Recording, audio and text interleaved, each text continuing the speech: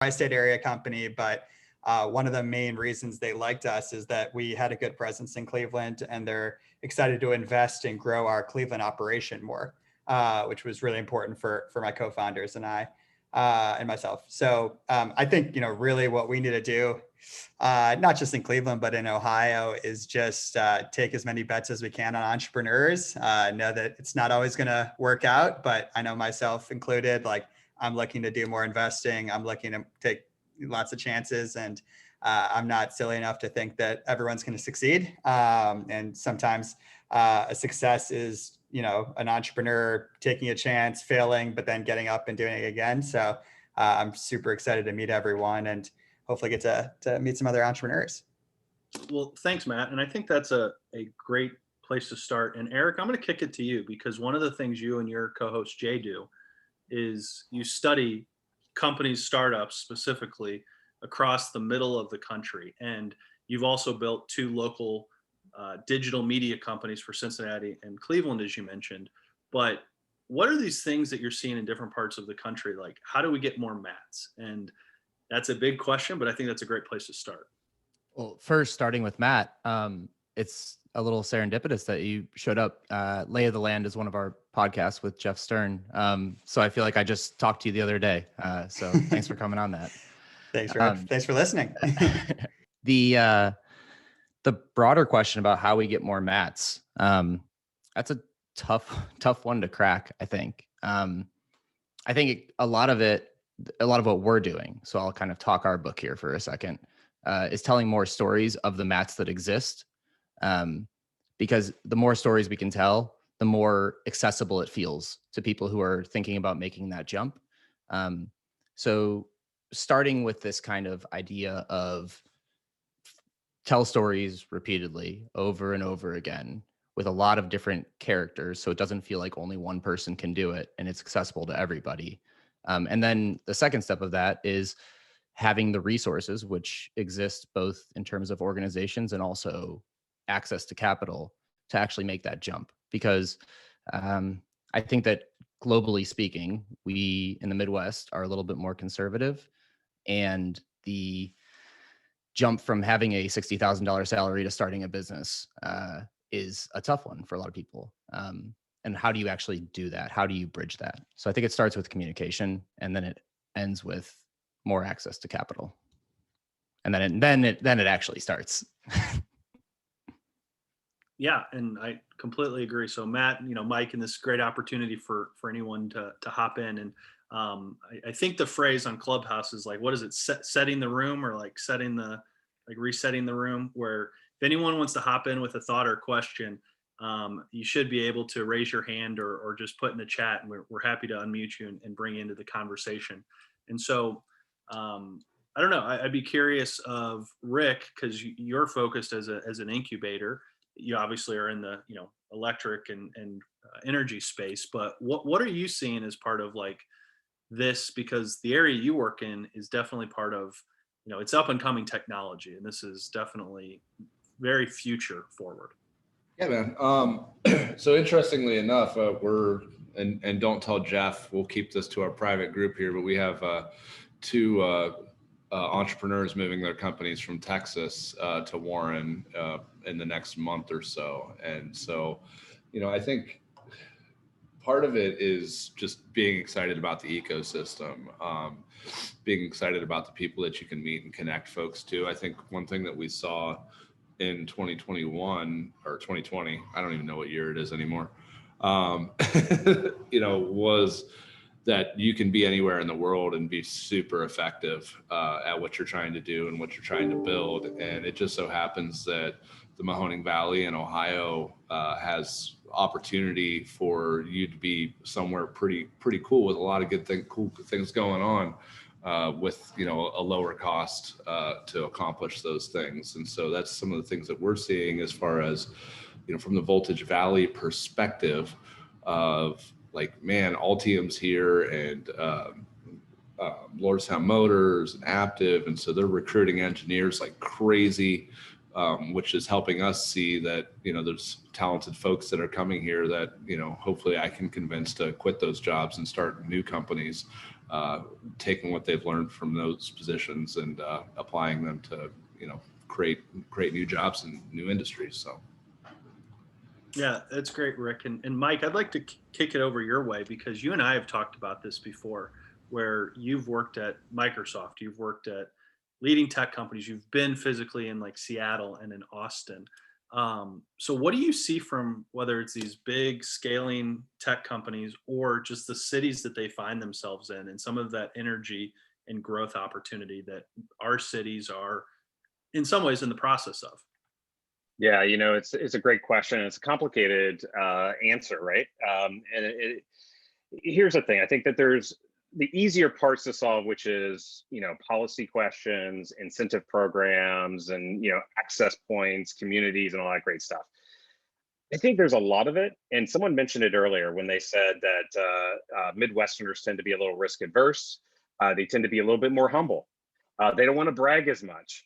I think that the biggest piece of feedback that I got for example, when I lived in LA, I would say, oh, I'm from Cincinnati, Ohio. And they would say, oh, so you lived on a farm? Like, no, I've never even seen a real barn before. I think that there's a lot of demystification because at the end of the day, I think we have to take a step back and we have to go, okay, to attract talent, they're people. They want to go somewhere where they're going to like it there, that it has access to great things, things to do, the arts, their family, if they've got a family activities, etc. I don't think we've made the case broadly to folks that yes, these are great places to be. Ohio is a not only a great community to raise kids, but also it's great from the perspective of if you're young and you want to have access to trendy and cool things as well. So I think that there's those intangible aspects that we need to do a much, much better job because, let's be honest. I lived in Austin, Texas.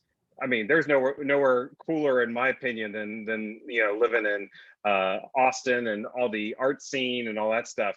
That's totally achievable here. And we've got a lot of those elements here already. It's just we don't talk about it. So I think there's that piece of the puzzle that is a harder nut to crack.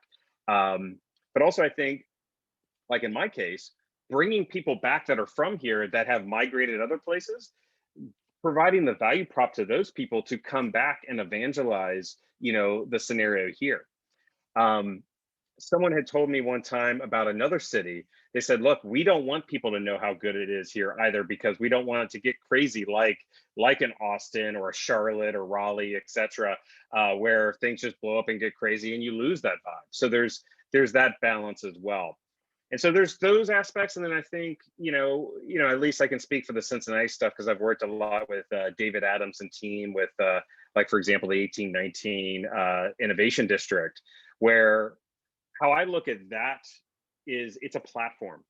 And what's really cool about creating these innovation platforms is it really starts to build these ecosystems on top of it. And it's not that that's the central point of focus, but rather it's what you build on top of it. No different than what we see from an Airbnb or Uber, et cetera. And so what's really cool about that structure is they've made a very deliberate attempt to bridge three key areas, to bridge the world of academia and taking the young talent coming out of university and focusing their energy on Cincinnati and staying here and innovating here, which is valuable. These big companies that are here in Ohio, helping them innovate and frankly stay here, because we've seen a lot of big companies leave Ohio as well for other geographies for a lot of those reasons I mentioned earlier. But third, it's connecting the startup community with those other aspects as well. And so I think Cincinnati started this journey, and then Cleveland has built an innovation district, and now Columbus is building and talking about an innovation district. I think if we can really stoke those fires and really build on that momentum, I think we've got something really, really interesting and compelling because you're pulling in all the major sources of innovation, but also you're getting the incentive programs from the government as well to really stoke it as well. Those are just a few random thoughts. Obviously, I could have probably gave you a complete dissertation around this, but those are just some things off the top of my head. Awesome. Matt? Yeah, no, I just want to echo something that Mike said that resonated with me about someone thinking we live on a farm, because I was on a beach in Florida once and I struck up a conversation with the guy next to me and we were really hitting it off. And I asked him where he's from and he's like, I live in the farmland. I'm like, where? And he's like, Cleveland. I'm like, what? I'm like, that's not the farm. I was like, dude, like, it starts with us. Like, if we're going to change this narrative, like, we need to be obnoxiously loud about how incredible where we're from is. We cannot be like joking about these things because, internally, like on a group like this, sure, we can joke all we want about it, but externally, if we don't change the narrative with ourselves, like no one's going to believe us. And, it's obviously it helps when the media, covers us well, but, a lot of it can be done by word of mouth. And if each of us extols the virtues, and, I talk to everyone, whether they're at a bar or it's a conference, about how incredible Cleveland was, that's ultimately how I think we can really make an impact on this change. I think Jeff might agree with me here, or maybe disagree. But I think a lot of times we throw out when the media does this to us, like we're passive in the media. And like we very much are the media. We get to create the narrative. So there's 30, 40 people on this call right now. If everyone tweeted the same thing or talked about the same thing externally, we get to create the narrative. I think that a lot of times we sit back and allow the media, which currently exists on the coasts, the larger media distribution platforms, to tell our narrative for us, to tell other people what to think about us. And we get stoked when we get put on a best place to work, best place to work and live list. But I think that there's so much more that we should be yelling about. Just for fun, and I completely agree with you, Eric, for fun, does anyone know the history of where Mistake on the Lake or the Burning River, how that became so famous in the media and entertainment? Anyone have any idea? Oh, the EPA. It also started the EPA. Yeah. So a joke writer for Johnny Carson grew up in Cleveland, and he's the one that started all this stuff back in the 70s, I think. So, and he's, and I forget the guy's name, and someone shared this with me and validated it. It's true that all this bad rap, bad vibe on Cleveland and the Burning River started because of Johnny Carson. So, just for what it's worth. But I agree. Yeah, you're right. You're right. I mean, we're our own worst enemy in a lot of ways, to be very honest with you. And that's, when I was talking earlier, it was, partially, we are somewhat humble. I would like to think that we're somewhat humble and we can kind of poke fun at ourselves at some of this stuff. And that can be a detriment. But also, I think there is a cool factor to be in a niche, right? And having a small set of voices saying, hey, this is really cool about these cities and you really need to live here. So, coming from Cincinnati, obviously, I've got a lot of pride in what Cincinnati has done over the past 10, 15 years, where I'm looking at OTR and I'm like, Jesus Christ, I used to, when those street lamps came on, you was nowhere near that place, right? And now, super trendy breweries, all that great stuff. And I think the more we can talk about that sort of uniqueness that's unique about our cities, about Cleveland, Columbus, all these other areas that say, hey, these are the X factors why you should come here. They are really, really cool. I think that is going to go much further than what some reporter says in the media. I think it's really about what is our niche in the market, why you should come here, in my opinion. Is it okay that I live on a farm? Yes. And one quick thing before we move on. Curious that I put this in the chat bar. So, and a couple responded, but how many people are boomerangs where you grew up here and then left for college, work, whatever that looks like, and then returned home? And I know a bunch of us have. So if you are, just drop in like an I am, because curious to just the extent of it. And I think that's part of it is recruiting. In my opinion, the first step is recruiting those Ohioans. And I see it every week where people from San Francisco and Seattle and New York City and elsewhere in the past year have started like, I'm considering moving back, and they want to know where to go. And so I think that's where that storytelling becomes such an important component. And Eric, I mean, you and Jay, you talk with people in cities like Austin and Boulder and all these places. So I'd be curious, like what you've seen over the time and studying of what some of these really successful ecosystems, and you had an interesting kind of case study from Brad Feld and like the Boulder community that you shared. Yeah. I really think a lot of the communities get lucky. I know that that's not like the most satisfying answer, but the fact that Epic exists in Madison, Wisconsin, like wasn't because Madison sat down and said, how do we create the next healthcare software company? They just got lucky. And I don't know that you can plan for that, but to Matt's point earlier, you can make a lot of really small bets to increase your chances of getting lucky.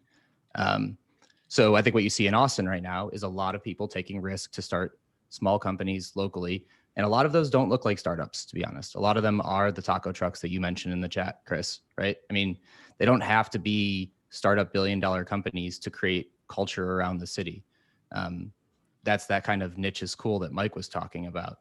It can be little artist communes and creative lounges and things that make people want to live there and things that make people who want to start tech companies live there.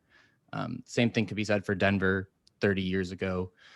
Boulder started as, like I mentioned, and they're more founder focused and more tech in terms of the community they built.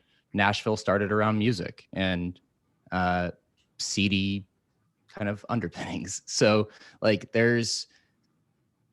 I think that just to say, oh, here's a playbook and all you need is this one thing and it's going to work out. I don't know. I don't think that tends to work, but what we see in Columbus right now is that they got lucky with a couple of people who were interested in InsurTech. It took off, and now you're going to see it be an InsurTech hub. So there's trade-offs. There's not trade-offs. There's no real good playbook, I guess. You know, when I think about this, it's a mindset in some ways. I think you're exactly right, Eric. There's no playbook. But if you have the mindset that you are growth oriented, that we're going to create something badass, it's going to be cool, people are going to want to be a part of it, that's a mindset. And I've run in at times to not that mindset here, right? And so how do we shift that mindset so that it's a core to everything else we want to kind of build upon, right? So stories like MedPilot and stories that are kind of that Chris, you are highlighting and amplifying all the time, shift that mindset so that people are like, oh shit, yeah, we can do that here. Yeah, that's going to be incredible. Let's do it. Let's build, let's create. And yeah, we're going to have to get lucky and not everything's going to work, but that can happen here. Let's go.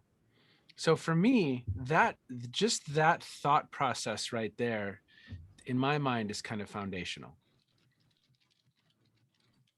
I think that's great, Scott, because one thing that I've heard from a lot of people is that there's sometimes the fear of you're in a state like in Ohio, and if you fail, then that's a really bad thing, and you get one shot to fail. Where that's, Matt and Eric, like you guys talk with in startups all the time, where that's just life and that's how it works, and it's a numbers game.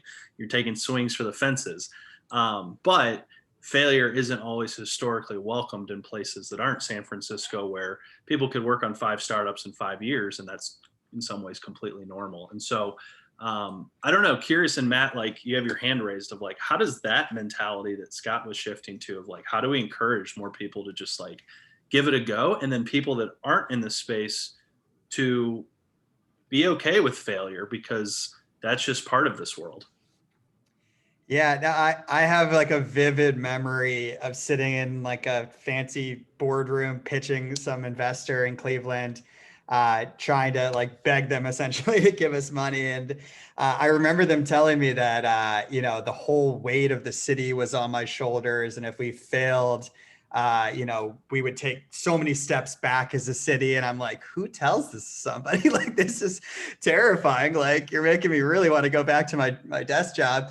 And he was actually trying to be like nice. And he actually, I won't mention his name because he ended up investing in us, but, I couldn't believe that like, that was what we're telling entrepreneurs. I think once you realize as an entrepreneur that whether even if you fail, that, it will make it so much easier to pursue another entrepreneurial venture.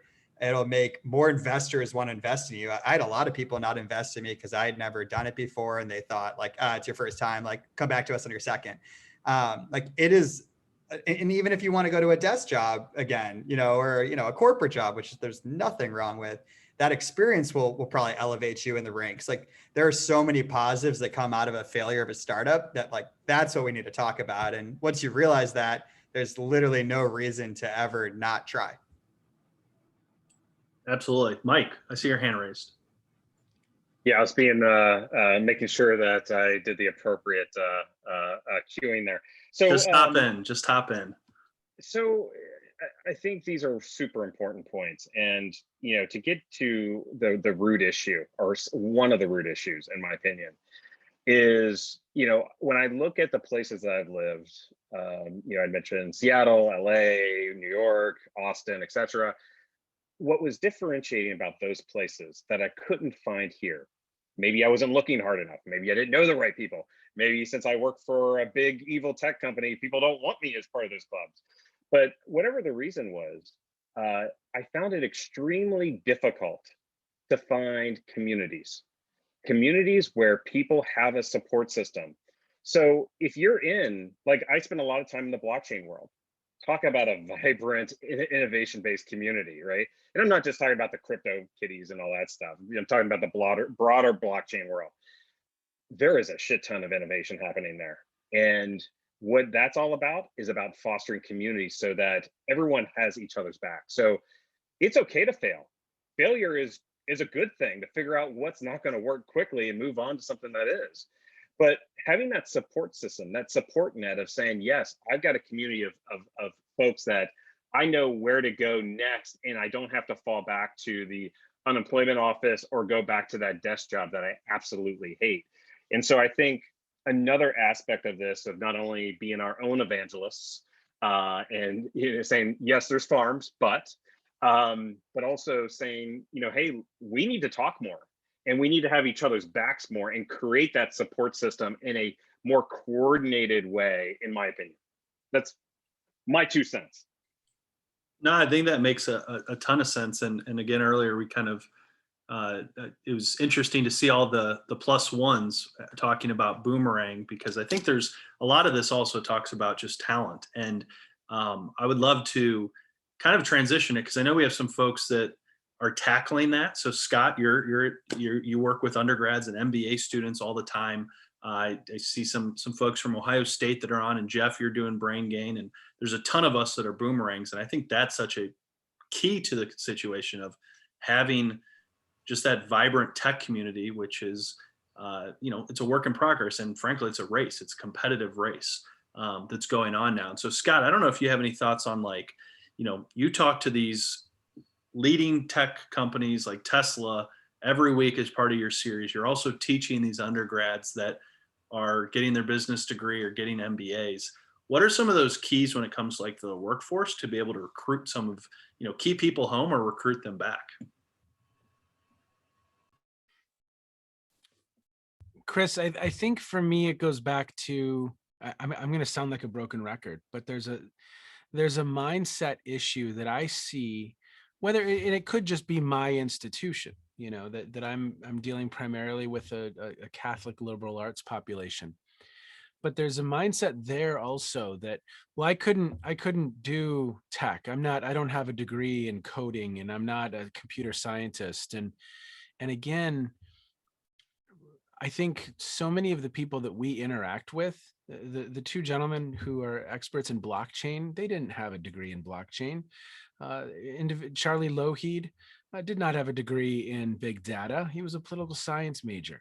So I think part of it is us kind of breaking through and past some of those perceived barriers that exist in the minds of students and painting a picture of what can be.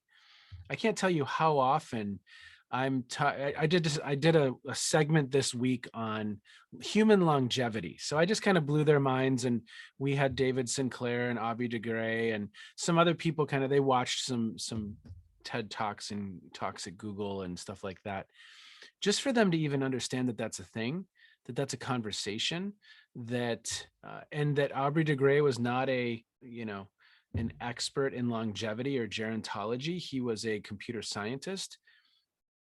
Painting a picture in the minds of our students that you can play in these spaces, that you can learn these spaces, that you can take risks and take chances. I love watching those light bulbs go on, because if I have a student who has a background not in anything tech, but they all of a sudden start to understand Internet of Things and sensor technology, they start to see opportunity. So again, mindset, and then also, hey, here's what could be, here's what others similar to you who don't have a background in this have created, and then painting kind of that mental representation in the minds of the students that that could be me. And then I love what Mike said about, do we then have the community to help that person build and create and develop? That fires me up. That gets me so excited. And again, I'm going to sound like a broken record again, but Chris, the work you and Ohio X is doing of creating that community, conversations like this is a very important piece of all of that. I believe, I really do. That's great, Scott. And Matt, I think your hand was up first before Jeff. And before I kick it to you, Matt, if anyone wants to hop in, you don't have to, anyone can. So either in the chat or raise your hand, we can unmute you. So we'd love to hear more perspective. So Matt, go ahead. I loved what Scott said, and I wish I had you as a professor, but it sounds like it's not too late if you do MBA classes. So I come from politics and advertising. I have no tech background. I could, unfortunately for my father-in-law, I can't fix a printer. And I work in healthcare now, and I had no healthcare background. So I echo that because I actually think it's a huge advantage. Obviously, I have partners and I have advisors and I have a lot of people that are extremely strong in the field we're in and have domain expertise. But coming in without it, you see things differently. You try to solve things differently, and especially in some of these really outdated industries like healthcare, it's probably a benefit if you're trying to bring in other industry best practices into it. So I think it's not just, that needs to be said a lot more. So thank you. Yeah. Jeff? I agree with all sentiments. And what's cool is, so reinforcing this lack of experience in certain areas. I was on a call this morning with the lead recruiter, the head of HR for Altium Cells, which is the GM, General Motors, and LG Chem joint venture to build a $2.3 billion battery plant here in Voltage Valley. And he's really interested in engaging with middle school kids and high school kids to train them today, because we have the world there's like a handful of people that have experience in this industry, and something Rick can attest to. So no one has experience.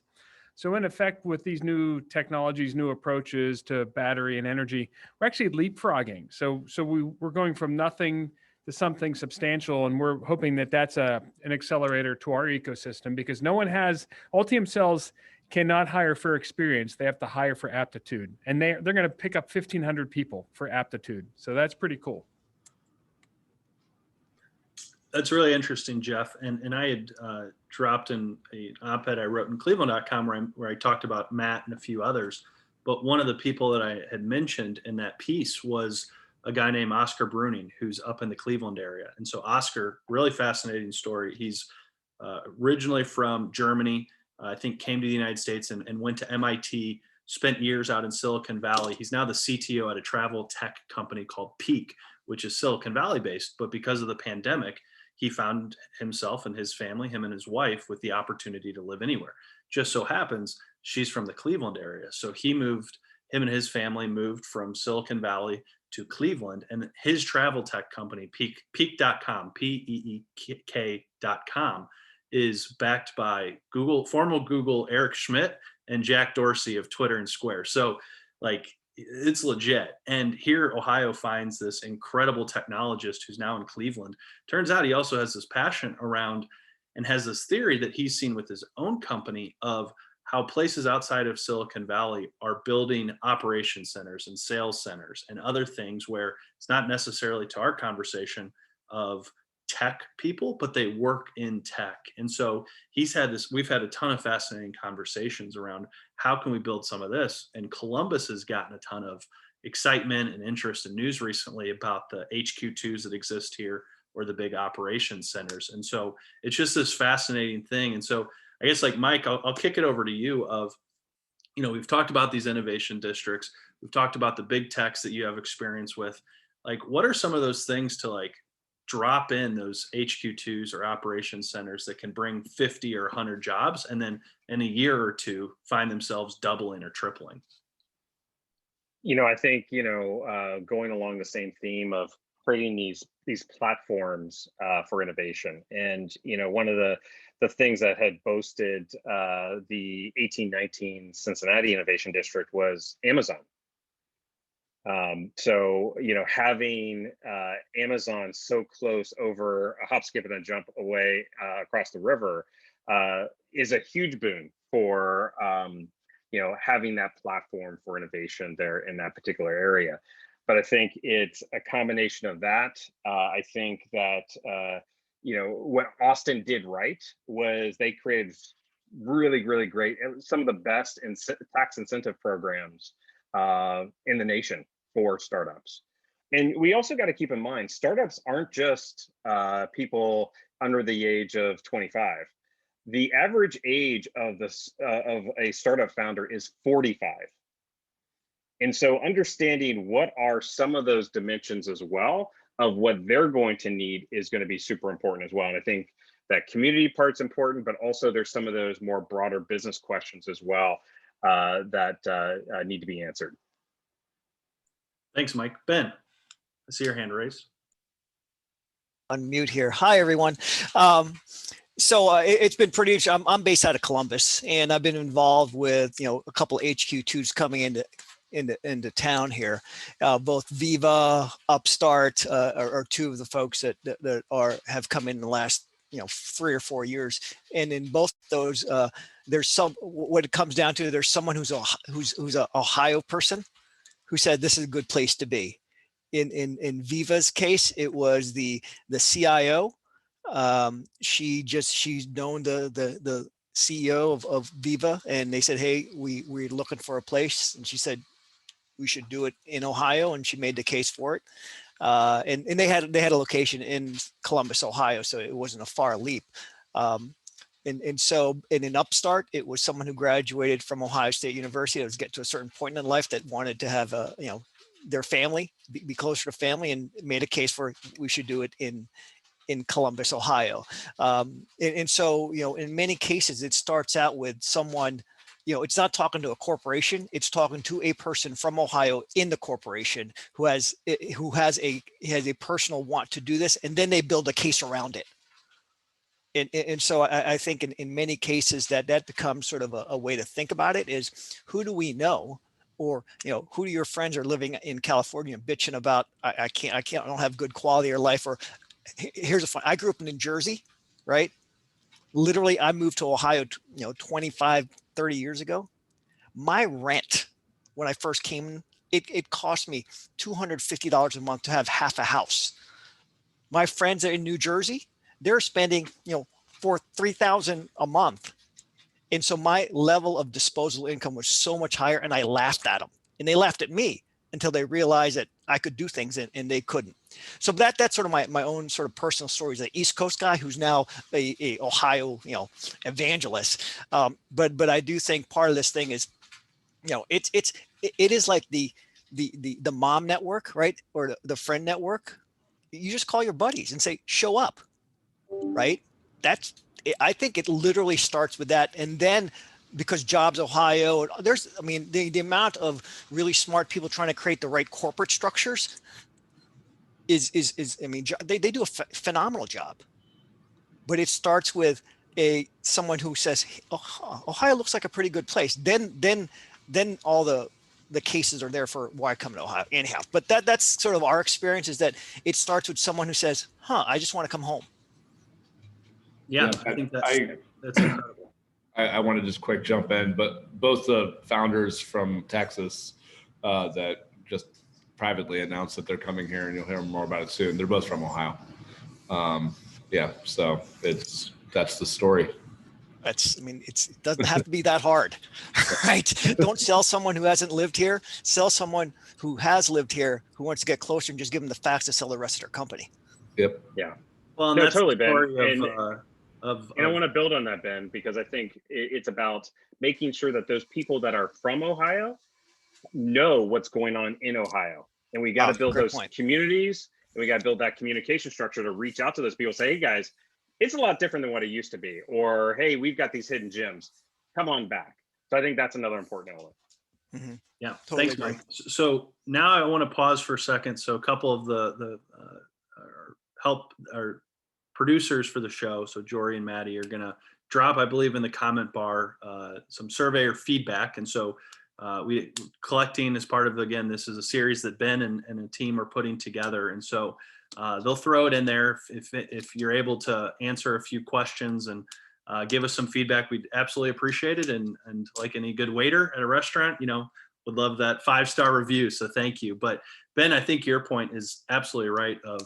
And a perfect example is Drive Capital, where Mark Kwame, who moves here for a job in a gubernatorial administration, works there for a year or so, and then is seeing these opportunities. And then him and his co-founder, Chris Olson, end up building, Drive Capital, which is this incredible incubator of companies and investor and recruiting and attracting folks. And so I think there's 100% truth to that. And so, we're starting to wrap up. We have a few minutes left. And so I don't know if, Eric, Scott, Mike, Rick, others, Matt, Ben, Jeff, anyone, if you have any kind of last thoughts or things that we haven't got to that you think we should touch on. But I've been loving this conversation and just want to, kind of see what that is. But Eric, one thing that you had mentioned, InsurTech in Columbus, and we're seeing that flywheel just really, the past year has been incredible momentum.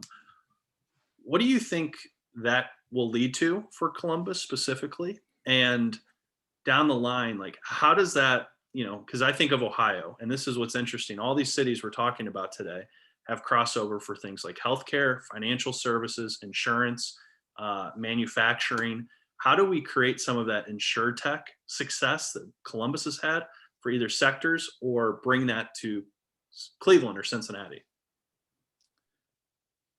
Well, I think the flywheel game plan is what everybody wants to make happen, right?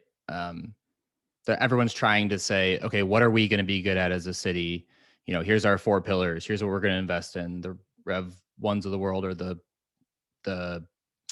Jumpstarts of the world, or in other cities, they have kind of, core VC firms that are going to say, these are the pillars. This is what we think we're good at. Here's why historically, here's why the narrative works. And maybe it does, maybe it doesn't. In Columbus, InsurTech happened to work. It could have just as easily been robotics, which is another Drive kind of focus area.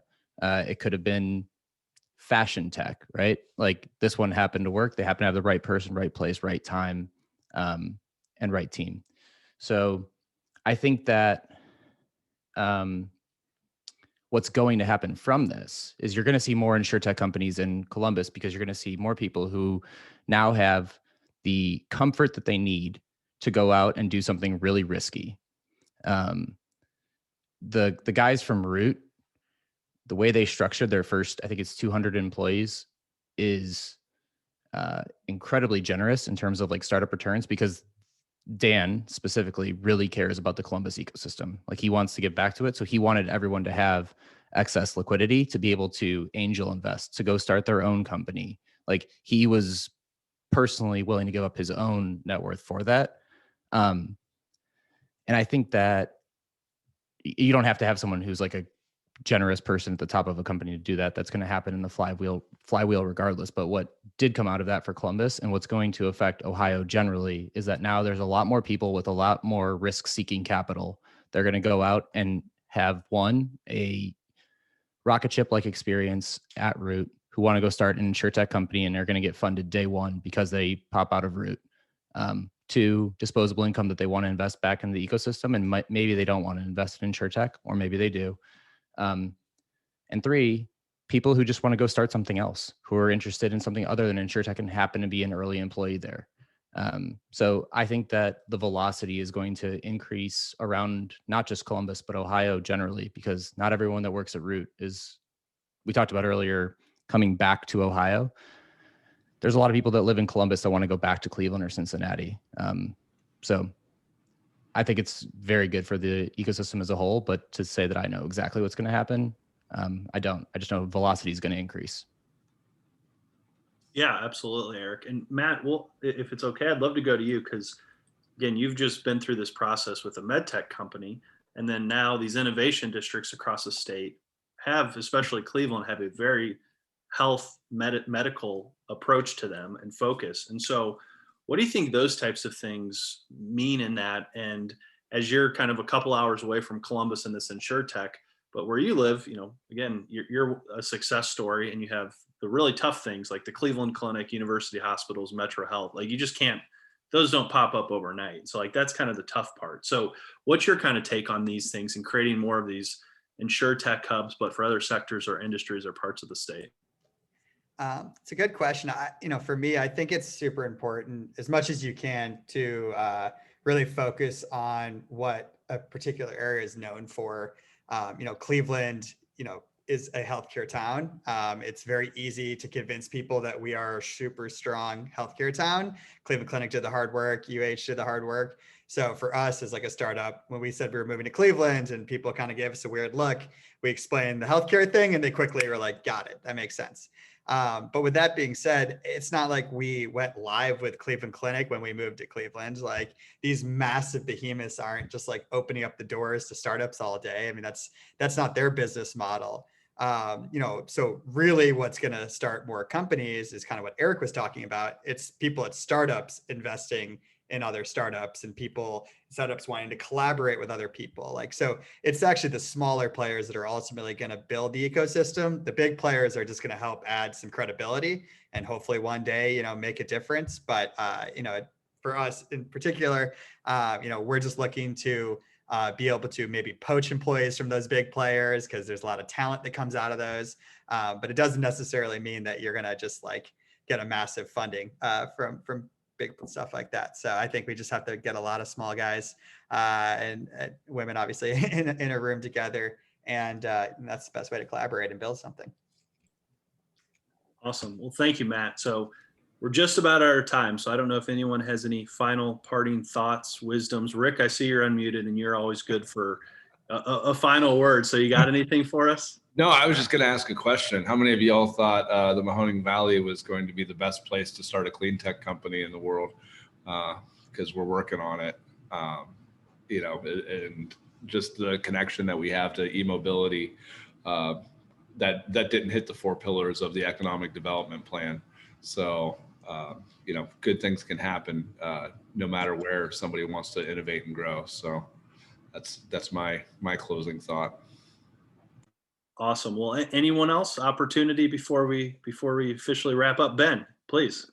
Yeah, I would just suggest that if we stop thinking about if a portion of our work is around collaborating across regions, because just getting on a call with you all, there's a lot of energy and passion, right? And I think passion matters. And what I see is passion is contagious, and if we can just have more conversations, and Chris, you convene a great group of folks and when you look about community, there's a notion of energy, that energy's at the fringes. It's new people coming in, and so what happens is if we can create conversations where there's new folks always coming in, it will have a multiplier effect, because if you have the same conversation, same people, you're going to talk about the same shit. Right. So, Chris, my ask is that perhaps if we can create a convening structure where new people are in the conversation and we don't, talk to ourselves all the time, that creates a multiplier effect. Right. And for that to happen, it's an act of curation, which means you have to invite people that aren't normally in the conversations into the conversations. And then you see magic happen. So that's sort of a thought, is let's create conversations where new energy is brought in purposefully, so we don't talk to ourselves all the time. 100% agree. And that's a great plug we've started hosting with that idea in mind. Every Thursday night, not tonight, but every Thursday night at 9 p.m., a clubhouse, where the whole idea of clubhouse, and unfortunately, if you're on Android, you're not able to hop on yet, but we can do things like this because we're trying to hit different things, where we have had, and we host, because people say, why 9 p.m.?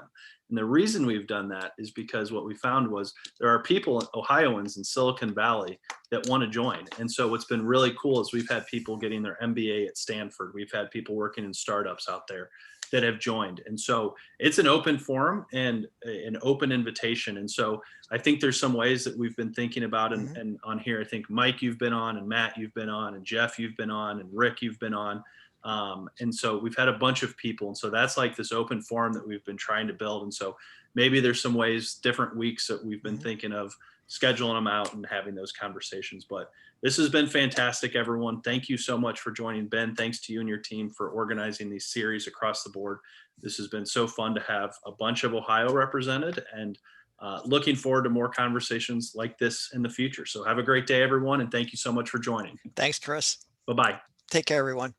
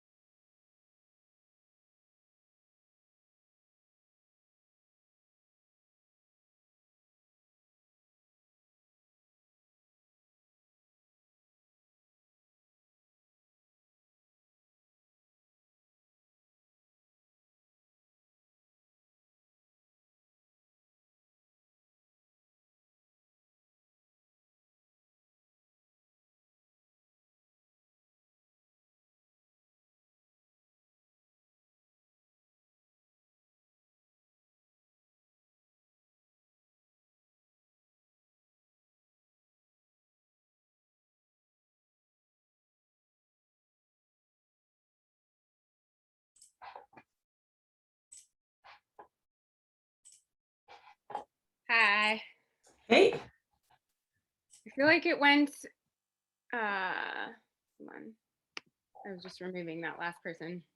I feel like it went pretty well. I'm super pissed about not recording it though. I can't believe that I did that. Dude, don't worry about it. It was basically just introductions. I Like, know, but I feel like that's like the good meat. Nobody's gonna know who these random talking heads are. Oh, it's it's fine. fine. It's fine. I'm not stressed about it. Show though. It's engaging. Yeah, no, I thought it was cool. I am going to send you, if I can find it. I saved the chat.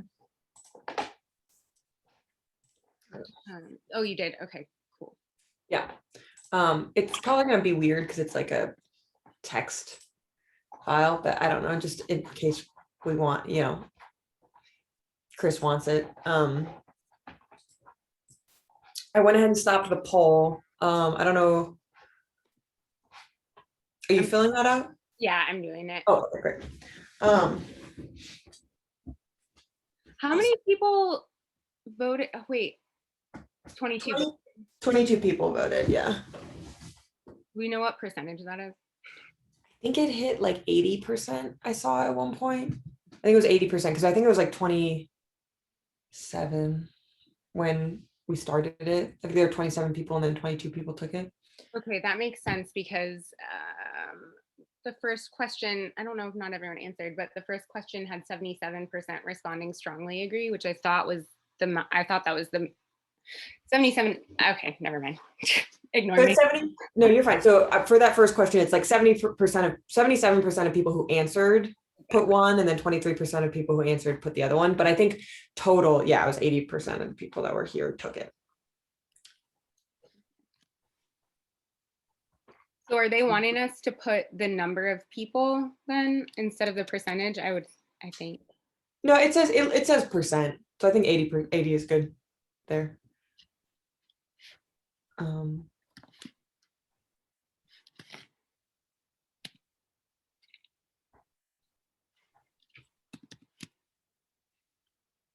But no, I think that went well. I mean, we got decent polling information for sure. Yeah.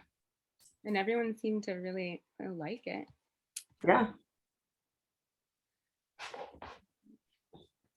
I can't multitask. That's why I did not want to do this. Oh, I'm like horrible at multitasking. do you want me to read? Would it be easier if I read them to you? Yeah. Okay. Where are you at? Found content to be relevant. I'm on number 2, and I got the 91% and the 9%. I'm putting in the zeros now. Yeah, zeros. And then for the quality of content and topics, the first one was 64%. Then 91%. Then 59%. Then 0. The next one is 27%. 36%. 50%. 9%. 14%. And then the next one is 91%. Cool. Yeah. Then 0. And then 9.